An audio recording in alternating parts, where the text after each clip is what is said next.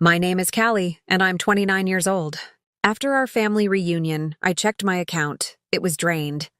The number on the screen didn't make sense at first. I refreshed the app, then logged out and back in like that would magically fix it.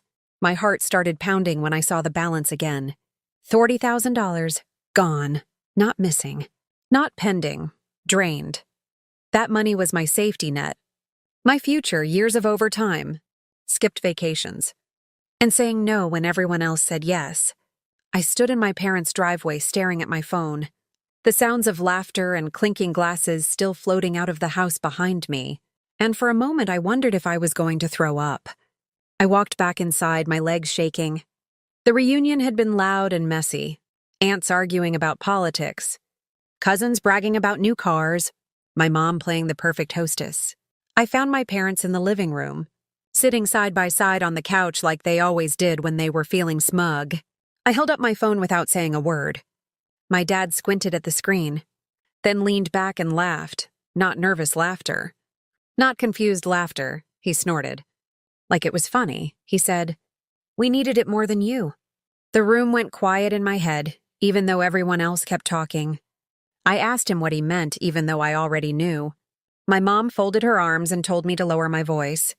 She said family helps family, that I was young, that I could make the money back.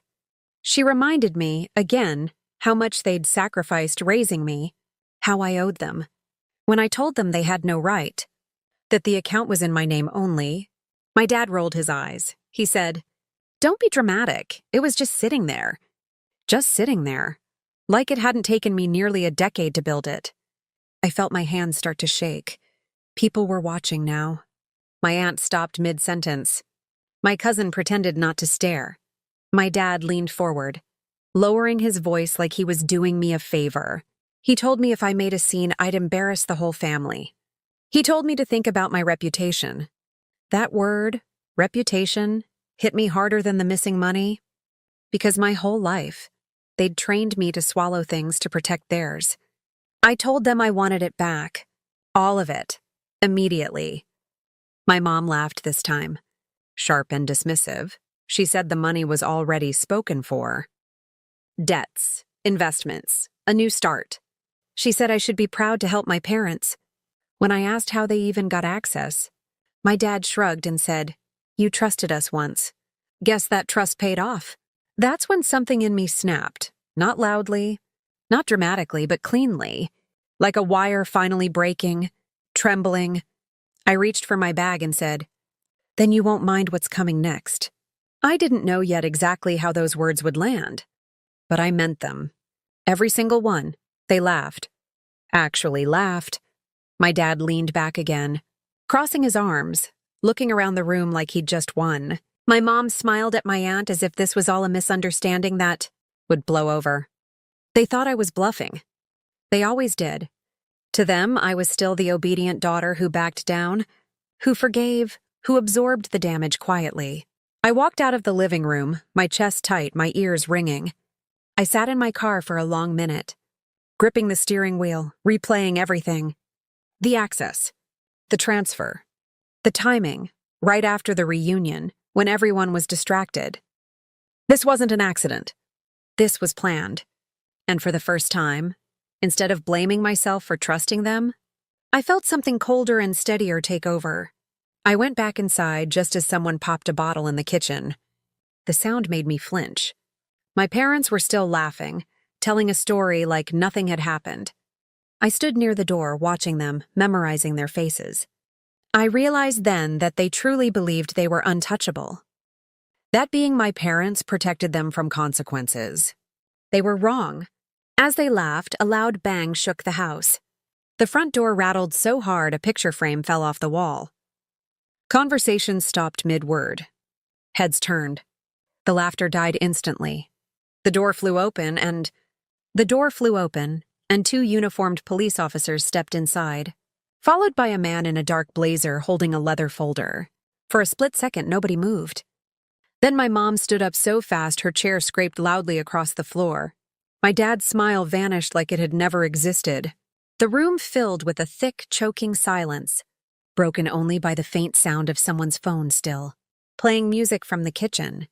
One of the officers spoke calmly, asking my parents by name. When they nodded, the officer said they were there regarding a report of financial theft and unauthorized account access. My dad laughed again, but this time it was high and thin. He said there had to be some mistake, that this was a private family matter.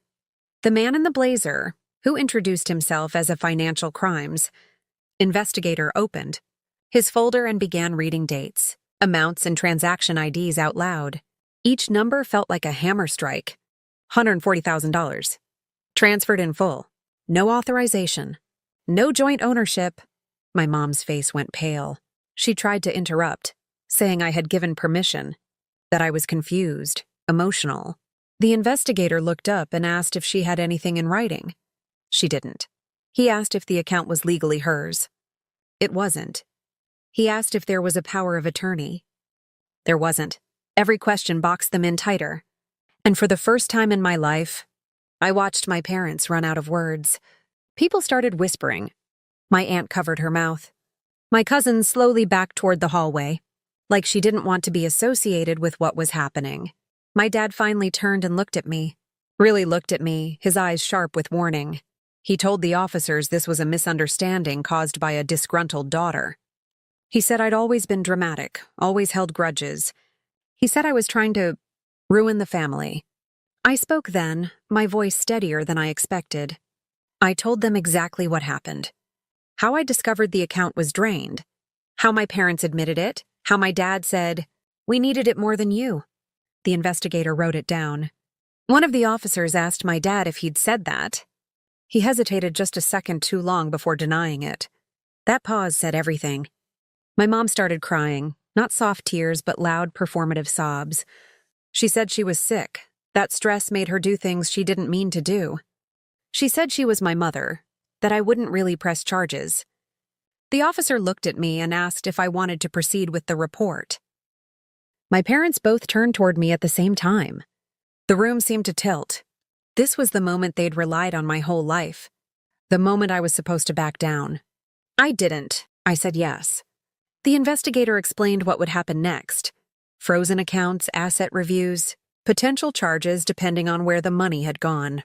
When he mentioned that some of the funds had already been moved again, toward a risky investment my dad had made without understanding it, my dad exploded. He shouted that it was his money now, that he'd taken care of me for years. One of the officers stepped closer and told him to lower his voice. That only made it worse. Watching my father being told to calm down by a stranger was surreal. This was the man who used to silence me with a look. Now his hands were shaking.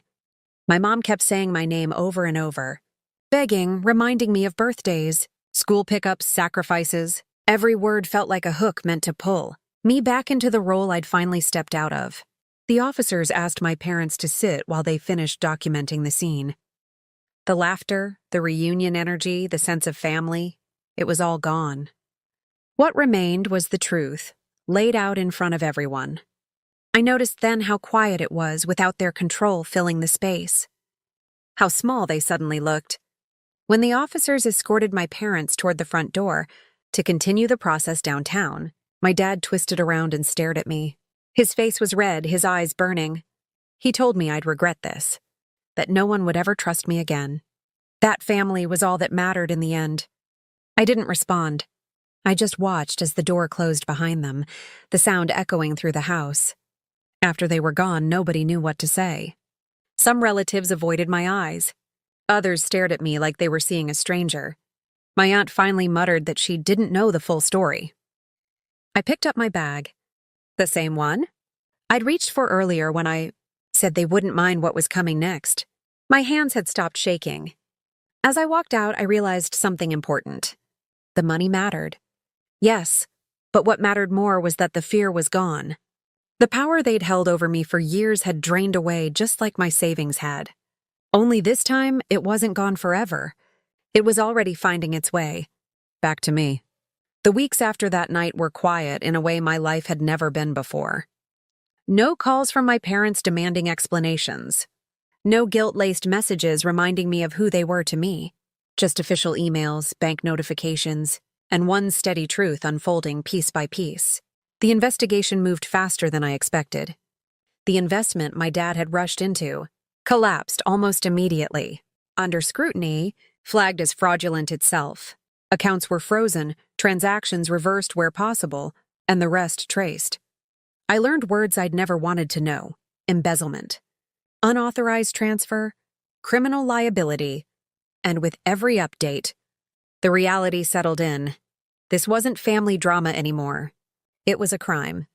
When I finally sat across from my parents at the station weeks later, with lawyers present and no audience to perform for, they looked older, smaller. My dad didn't snort or laugh. He stared at the table like it had personally betrayed him. My mom tried one last time to soften me, whispering that this had gone too far, that the police didn't need to be involved anymore. The detective calmly reminded her that it wasn't my decision alone now. That door had closed the moment the report was filed. Hearing that felt like a weight lifting off my chest. For once, I wasn't responsible for fixing what they broke. The money came back in stages. Not all at once, not cleanly, but it came back. Most of the $140,000 was recovered, and the rest was ordered to be repaid through legal restitution. Watching the balance slowly rebuild felt surreal. But what shocked me more was how little joy I felt about it. Relief, yes. Safety, yes. But no celebration. Because the real loss had already happened long before the money disappeared. Trust doesn't get refunded. Childhood wounds don't get reversed by court orders. Word spread through the family fast. Some people reached out quietly to apologize for not believing me. Others stayed silent. A few accused me of being heartless, of choosing money over blood. I didn't argue. I didn't explain. I finally understood that people who benefit from your silence will always call you cruel when you speak. My parents stopped being the center of my decisions that day, and the peace that came with that choice was something I'd never known before. Months later, the case closed. Consequences landed where they belonged. I changed my accounts, my passwords, my boundaries. I moved apartments. I slept better. Sometimes I still hear my dad's voice in my head. We needed it more than you. But now it sounds distant, powerless, like an echo from a life I no longer live. I no longer flinch at raised voices. I no longer confuse obligation with love. I learned that being someone's child does not mean being their resource, their backup plan, or their excuse. On the anniversary of that reunion, I checked my account again. Not because I was afraid this time, but because I wanted to remind myself how far I'd come. The balance was stable, earned, mine. I stood in my kitchen, sunlight on the floor, and thought about the girl I was before all of this. The one who would have swallowed the loss, just to keep the peace. I wished I could tell her that peace bought with silence is never peace at all. If you're listening to this and something in your chest feels tight, if you've ever been told you owe people access to your life, your money, your future just because of who they are, remember this. Boundaries don't make you cruel. Consequences don't make you ungrateful. And choosing yourself doesn't mean you're alone. It means you're finally free. If this story moved you, helped you, or made you feel seen, subscribe to the channel, because more stories like this are coming. And sometimes hearing the truth is the first step toward taking your power back.